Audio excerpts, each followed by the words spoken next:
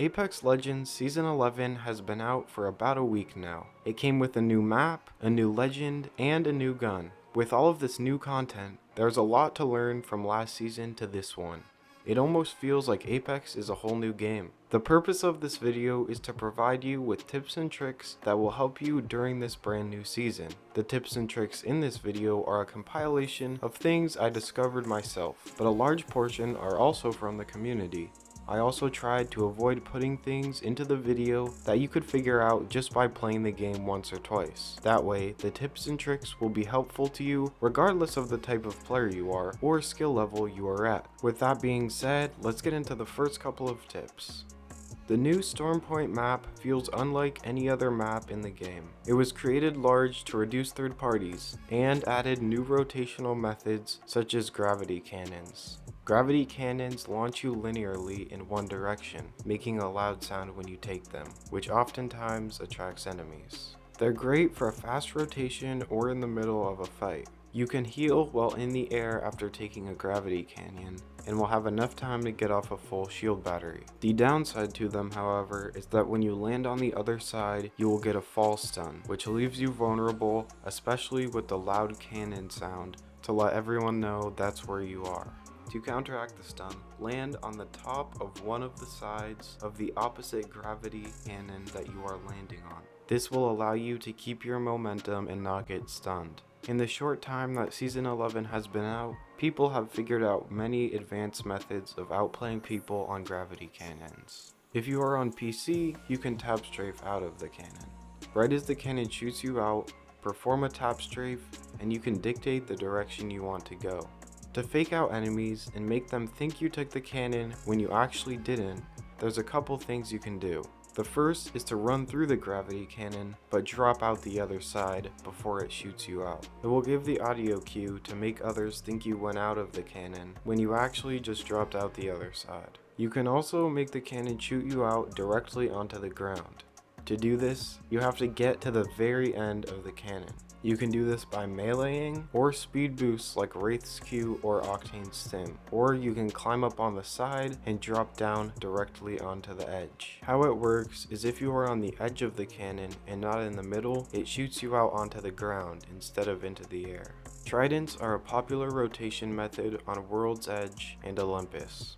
Luckily, there are still tridents on the escape map, but something even cooler is that on this map, you can actually drive a trident on what is considered to be unplayable territory. This is also intentionally added into the game by the devs, so it will not be getting patched anytime soon.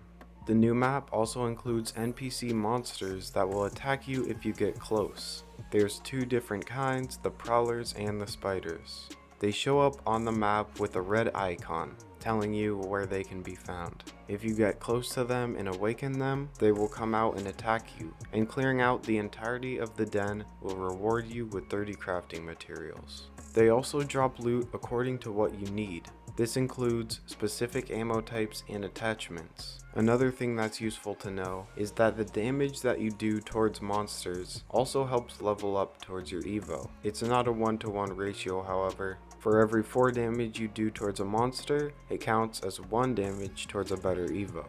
As a side note, this doesn't count as match damage, so you can't farm any badges. When shooting monsters, you need to be very careful because they often attract third parties. The sounds of gunshots are loud, and people will hear them and think you're fighting. This isn't a bad thing, just watch your back at all times. Conversely, if you hear shooting, check if it is near a prowler or spider spawn on the map, and if it is, it may not be an actual fight. One thing I've noticed on the Stormpoint map is that a lot of the buildings don't have second floor exits. This is true for the building at Cascade Falls and most of the little huts around the map. Knowing that the buildings often only have one way in and one way out is useful, especially for defending and pushing them. If you've been looking for the hot drops on the Stormpoint map, look no further.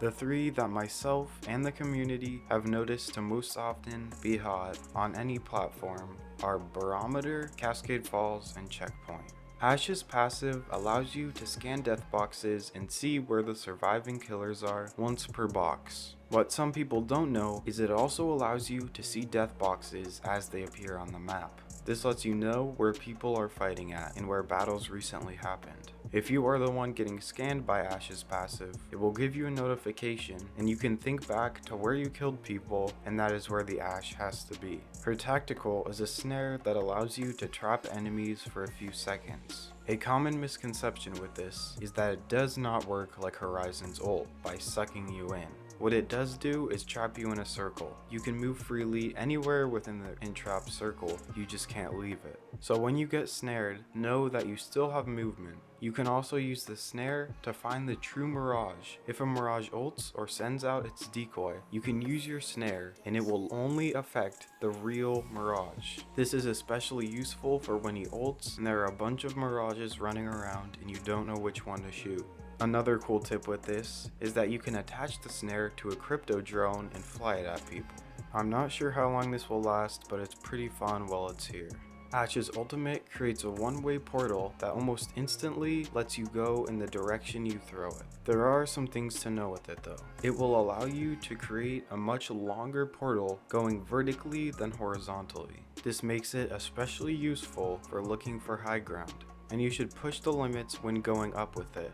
Any of your teammates can use this ability, however it only lasts 15 seconds until it disappears. You can tell because it will disappear after your next ult is 13% charged. If you want to bait someone into thinking you portaled or you did it on accident, you can cancel Ash's ult by swapping weapons. This is especially good for baiting because it still gives the audio cue like you threw it. I highly recommend using Ash's ult to get behind enemies for a quick flank. The audio is very quiet and it's hard to tell when someone uses it to get behind you.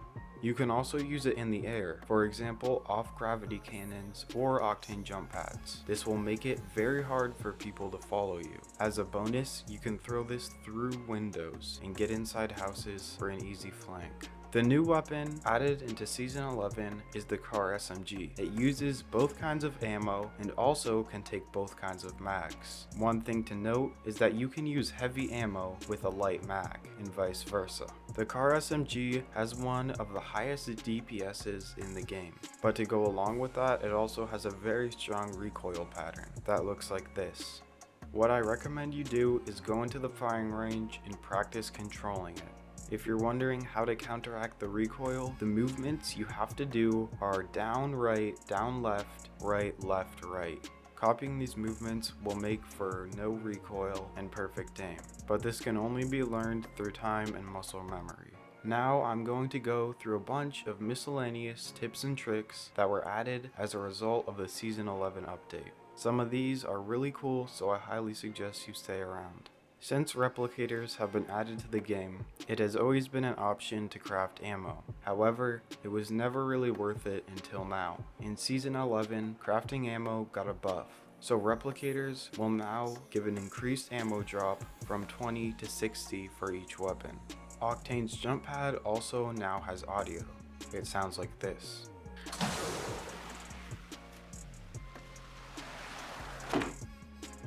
If you hear that, you know someone near you has just taken a jump pad, and I would look up to make sure they're not landing on your head. The new hop-up that was added into the game was the dual shell hop-up, and it was added to go on the 3030 and Mastiff. It reloads 2 shells for every animation, so that means you'll get double the reload speed. It's pretty strong and I would definitely recommend trying it out, especially on the Mastiff. Another nice change is that hot zones will now spawn more loot. If you didn't know, the blue circle on the map is the hot zone drop. It's supposed to give better loot but come as a bigger risk because more people would land there. However, before this, there was no incentive to land there because the loot was really not good. But now there will be more gold items and weapon spawns. To go along with that, at the new POI, the Mill, there is a guaranteed blue and purple armor spawn there every game, which kind of redeems that POI because the loot there is kind of trash anyways. With Wraith, you can phase into Ash's ultimate and you still have her phase when you come out the other side. This used to be possible with Wraith's ultimate and is now back in the game with Ash's, and is definitely something to know if you play Wraith. Season 11 also came with some new rank changes. It will now show the rank of the player you killed in the kill feed, and you gain RP based off that. For example, every rank higher they are than you will gain an extra 2 RP. So in Platinum, killing a Diamond player, you would gain 12 RP. It also works the opposite way, so killing someone below you will gain 2 less RP for each rank they are. This change seems like a good one and should make it slightly easier to solo queue in ranked. Arena Ranked will now also have a 2-split format similar to the Battle Royale Ranked. Halfway through the season, there will be a soft reset and you will have the opportunity to do 5 placement matches. Watson also received some nice buffs and she finally became viable again this season, so I wanted to include 2 quick Watson tricks to use on the new map. You can use Watson's pylon to block doors. Simply pull it out and put it directly in front of the door you want to block. This will make it so someone not only has to kick down the door, but also destroy the pylon before they can get inside. Definitely useful in a pinch. Watson's pylon also counteracts the spiders that are found on the map. Since they shoot webs, which count as projectiles, the pylon will zap them out of the air and make the spiders completely useless. The triple take was moved from the care package to ground loot, and the G7 was placed into the care package to take its place. Both of these weapons are strong, and you should definitely give them a try if you have the chance. To close the video out, I want to give a few more general tips to give you success on the Stormpoint map.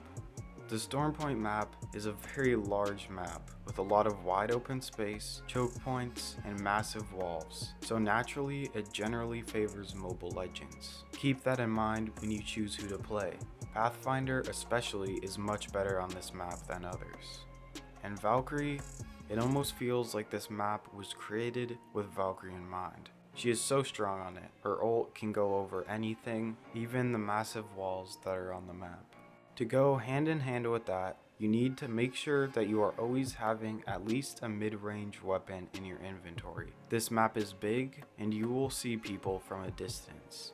Having a gun to get entry damage and opening knocks is vital on the Stormpoint map. Shotguns and SMGs are still okay to run, just make sure you don't have just a shotgun and an SMG. You need something that can be effective at range. Snipers are a lot better on this map than the other 3, especially when you're experimenting with the car SMG. It pairs really well with an R301 or Rampage. Overall, these tips and tricks are useful to know in Apex Legends Season 11. Please like, subscribe, and comment letting me know if any of these were useful or if I left anything out. I highly recommend you check out other videos on my channel. I have a lot of Apex videos that will help you improve. Thank you for watching.